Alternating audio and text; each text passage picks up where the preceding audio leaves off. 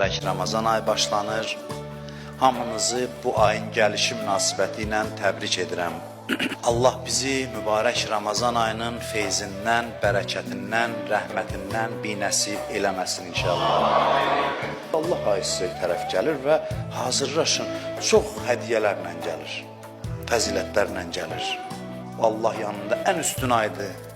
Bu ayın ən böyük tərifi Peyğəmbərin bu sözüdür. Du'itum fihi ila ziyafətillah. Bu ayda qonaqlığa dəvət olmuşsunuz, Allah qonaqlığına. Ramazan ayı bizə bunu çatdırır ki, Allah bizə dəyər verib, çox dəyər verib, əzizləyir. Deyir, siz mənim qonağımsınız, hamınız. Hamınız mənim qonağımsınız. Adam hiss eləyir Ramazan ayında. Mən bilmirəm, mən hiss eləyirəm ya hamı hiss eləyir. Yəqin ki, hamı məndən yaxşı hiss eləyir.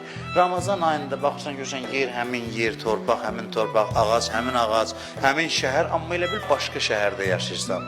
Başqa cür görürsən, qəlb bir cür halda olur, müşahidə eləmədiyi şeyləri eləyir, sevinç içində olur, şadlıq içində olur. Bəziləri deyə bilərsiniz ki, mən belə hissləri keçirməmişəm. Bunları düşünsöz görəcəksiniz. Bəzən adam, məsələn, deyirlər ki, əcəb yaxşı, məsələn, fəza var. Bu da həmin fəzadadır. Baxır ki, doğrudan yaxşı fəza var. Mənim işim budur.